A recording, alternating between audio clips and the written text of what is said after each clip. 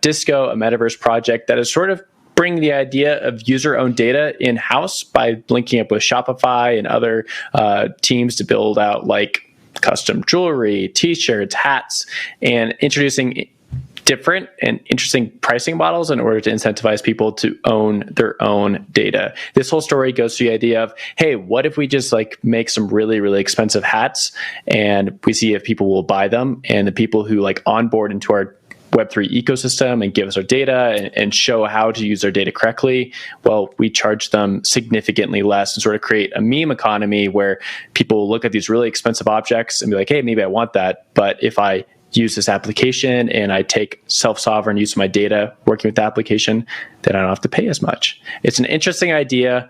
I'm not sure how I feel about it, but I think Jen might just like it. I don't know. So when I read the story, the beginning of the story talks about the Jetsons and this world where everything is super easy. And it reminded me of how WeChat is used in China, right? So everyone uses WeChat. It's like a payments app. It's a social app. You do everything on WeChat, including like all of your business emails, whatever.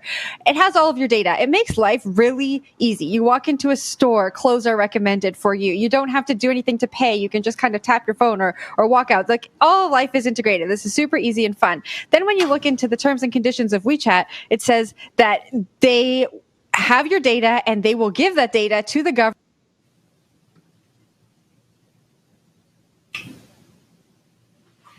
in a much more intelligent way, but it basically says they'll give your data.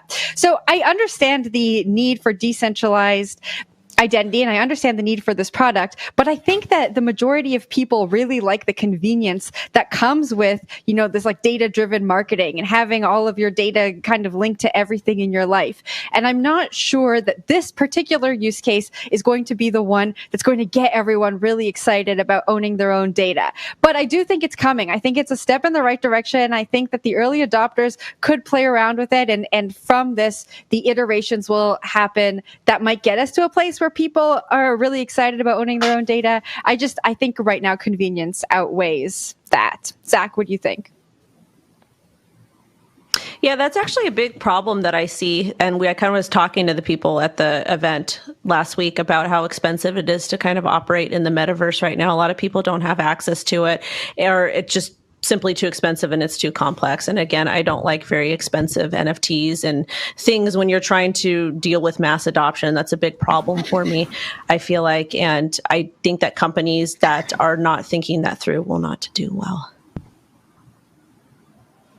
Alt take. I love it. We love the big numbers. So you see a hat, 1,200, big numbers, I'm all in. Because decentralized ID, it's been around for a while. It's never really clicked with anybody because it's kind of hard to sell, I think, in terms of the idea and what it brings to people. So anyway, good stuff. I think it's a good move. We're talking about it. It worked. Will, what do you think?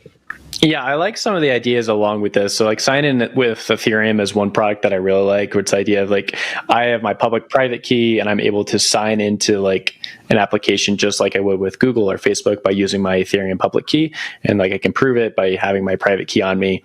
And that enables me to like have ownership of my own data in a semblance of a way, but also be able to use this application. So I like that.